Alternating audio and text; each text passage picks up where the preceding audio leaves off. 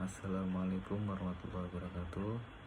Perkenalkan, nama saya Rizaldi Aldo Bahtiar dari kelompok Alkindi, absen 25.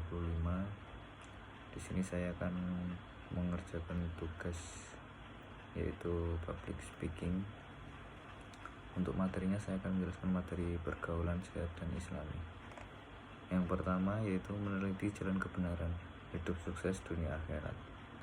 Yang poin pertama yaitu beragam jalan hidup. Dalam perspektif Al-Quran, bahwa jalan hidup umat manusia dapat diklarifikasikan menjadi 3 macam, yakni 1. Jalan yang lurus, 2. Jalan yang dimurkai, dan 3. Jalan yang tersesat. Menurut Quran Surat Al-Fatihah ayat 6-7, sudah barang tertentu masing-masing jalan tersebut memiliki karakteristik yang dapat dibedakan secara tegas. Demikian pula konsekuensi bagi setiap orang yang menempuh jalan tersebut. Oleh sebab itu, Allah Subhanahu wa Ta'ala tidak memaksa hambanya untuk memilih salah satu jalan tersebut, sebagaimana dalam firman-Nya. Kemudian poin kedua yaitu karakteristik jalan hidup.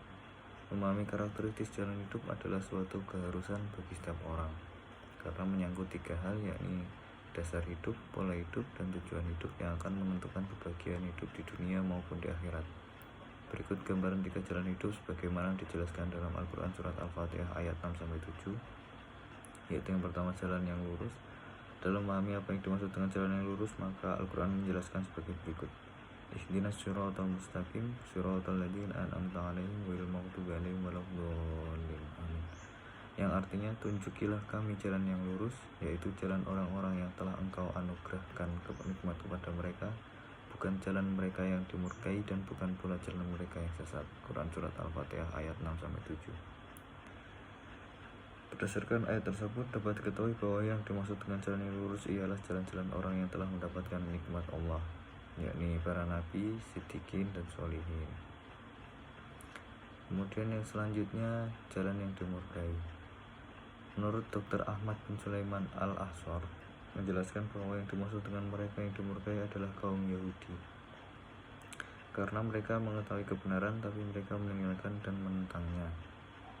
Kemudian yang selanjutnya, jalan yang tersesat. Surat Al-Fatihah ayat 7 telah menjelaskan jalan yang tersesat. Siratal ladzina an'amta 'alaihim ghairil maghdubi 'alaihim waladdallin. Kata al-maghdubi dalam ayat di atas adalah mereka yang sengaja menentang ajaran Islam. Jadi orang yang dimurkai menurut ayat di atas adalah orang dengan sengaja menentang ajaran-ajaran Islam. Mereka dengan tegas menentang kebenaran Islam. Sedangkan maksud dari kata waddallin dalam ayat di atas adalah mereka yang sengaja mengambil jalan lain selain ajaran Islam. Sedangkan orang yang tersesat menurut ayat di atas adalah orang-orang yang dengan sengaja mengambil jalan lain selain Islam dan tanpa menentang kebenaran Islam. Kemudian poin selanjutnya, jaminan bagi manusia yang mengikuti jalan kebenaran. Sesungguhnya kehidupan yang dikehendaki oleh Allah adalah kehidupan yang mudah, bukan kehidupan yang sulit. Oleh sebab itu, Allah memberi petunjuk kepada umat manusia tentang jalan hidup yang harus dilaluinya. Jalan tersebut dibagi menjadi 2, yakni jalan kebenaran dan jalan kesesatan. Antara kedua jalan tersebut, Allah telah membedakannya secara tegas sebagaimana dalam firman-Nya. Manusia yang mengikuti jalan kebenaran adalah manusia yang cerdas menggunakan potensi-potensi yang telah diberikan oleh Allah kepadanya.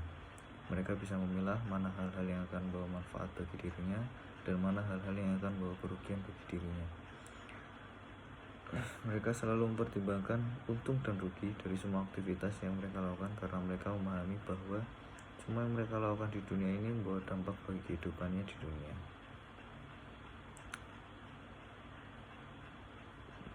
Lalu yang selanjutnya, poin selanjutnya, resiko memilih jalan kesesatan.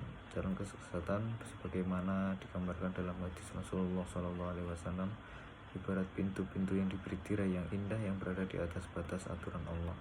Pintu-pintu itu memang kelihatan indah dan menarik, namun masuki pintu-pintu itu berarti masuki tempat-tempat yang diharamkan oleh Allah. Orang yang masuki pintu-pintu itu berarti tersesat dari jalan kebenaran.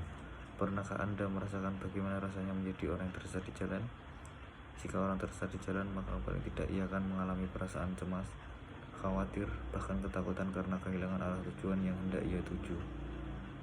Selain itu, ia akan kehilangan banyak waktu untuk dapat sampai ke tujuan. Lebih dari itu, ia akan terus mengalami kebingungan jika tidak segera kembali ke jalan yang benar.